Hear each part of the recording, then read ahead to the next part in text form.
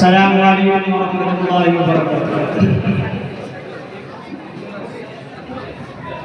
نحمده ونصلي على رسوله الكريم أما بعد فقد قال الله تبارك وتعالى إنما أموالكم وأولادكم فتنة،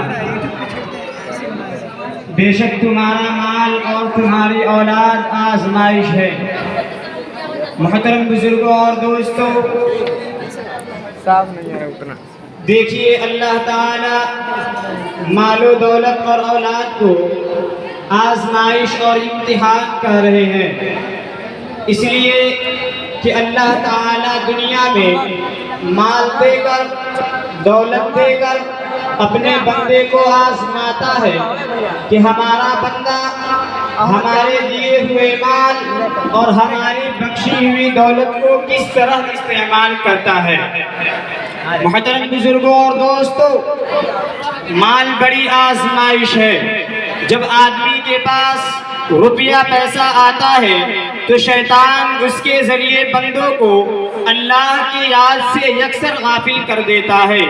انسان جتنا مال کماتا ہے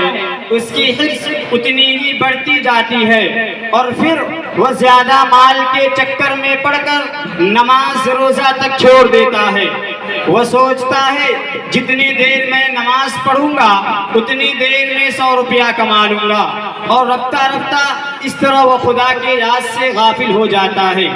اس کے اندر تکبر پیدا ہو جاتا ہے، وہ دوسروں کو حقیر سمجھنے لگتا ہے، اور پھر اس مال کے ذریعے وہ سنیما کا ٹکٹ خریدتا ہے، ناچ دیکھتا ہے، شراب پیتا ہے، عیاشی کرتا ہے، ٹی وی خریدتا ہے، VCR خریدتا ہے، اور نہ جانے کیا کیا کرتا ہے۔ لیکن جب زکوٰۃ دینے اور دین کی راہ میں خرچ کرنے کی بات آتی ہے تو اپنا مال دینے پر آمادہ نہیں ہوتا ہے، وہ خرچ کرنے پر تیار نہیں ہوتا ہے۔ آپ دیکھیے، غور کیجئے کہ یہی مال اس کے لیے وبال جان بنا کہ نہیں، بلکہ تمام برائیوں کا ذریعہ بنا کہ نہیں۔ اس لیے تو اس نے اللہ کی دی ہوئی نعمت کی قدر نہیں کی۔ اگر وہ اپنی دولت کو اللہ کی نعمت سمجھتا ہے، اس کی بخشش سمجھتا ہے، تو اس کو سوچ سمجھ کر خرچ کرتا ہے۔ اسے مسجدیں بنواتا ہے، مدرسے بنواتا ہے، غریبوں نادار بچوں کی تعلیم پر خرچ کرتا ہے، غریبوں بیواؤں اور یتیموں کی مدد کرتا ہے، تو پھر وہی مال اس انسان کے لیے نجات کا ذریعہ بن جاتا ہے۔ محترم بزرگوں اور دوستوں، مال و دولت حاصل کرنا منع نہیں ہے۔ آپ خوب کمائیے، خوب دولت حاصل کیجئے، بینک بیلنس بنائیے، اچھا کھائیے، اچھا پہنیے، لیکن مال کو حلال طریقے سے حاصل کیجئے اور حلال کام میں خرچ کیجئے۔ اللہ کی دی ہوئی نعمت کو اللہ کی راہ میں خرچ کیجئے، خود بھی فائدہ اٹھائیے اور دوسروں کو بھی فائدہ پہنچائیے، تب جا کر اس مال میں لطف آئے گا، حقیقی مزہ آئے گا۔ میرے محترم بزرگوں اور دوستوں، جس طرح اللہ تعالیٰ نے مال کو آزمائش کہا ہے، اسی طرح اولاد بھی ماں باپ کے لیے آزمائش ہے۔ ہماری اولاد بھی ہمارے لیے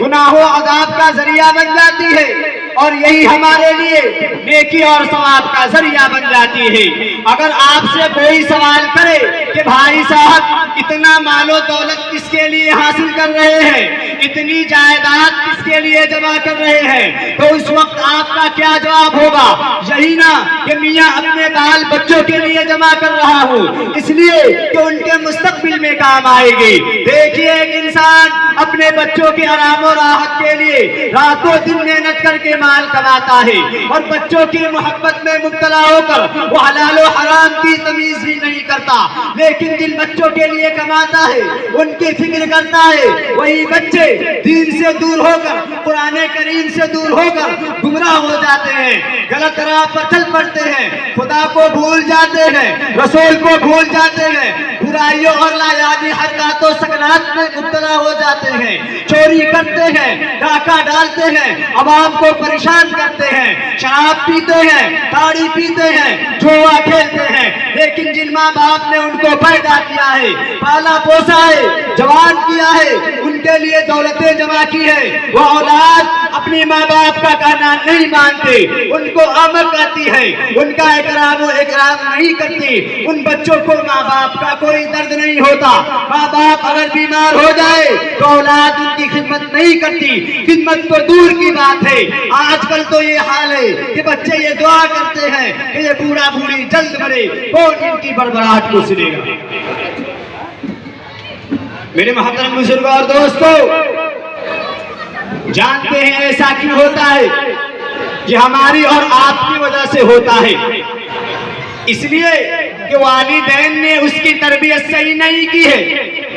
اس کے دل میں ایمان کی محبت پیدا نہیں کی ہے، اس کی دنیا کو سنوارا ہے، اس کے ظاہر کو نکھارا ہے، مگر قیامت کی تیاری نہیں کرائی ہے، دین اسلام سے باخبر نہیں کیا ہے، قرآن کریم نہیں پڑھایا ہے، نماز پڑھنے کا ڈھنگ نہیں سکھایا ہے، روزہ رکھنے کا شوق پیدا نہیں کیا ہے، اللہ کا خوف پیدا نہیں کیا ہے، غلط راہ اور گناہ و معصیت سے نہیں بچایا ہے۔ وما علینا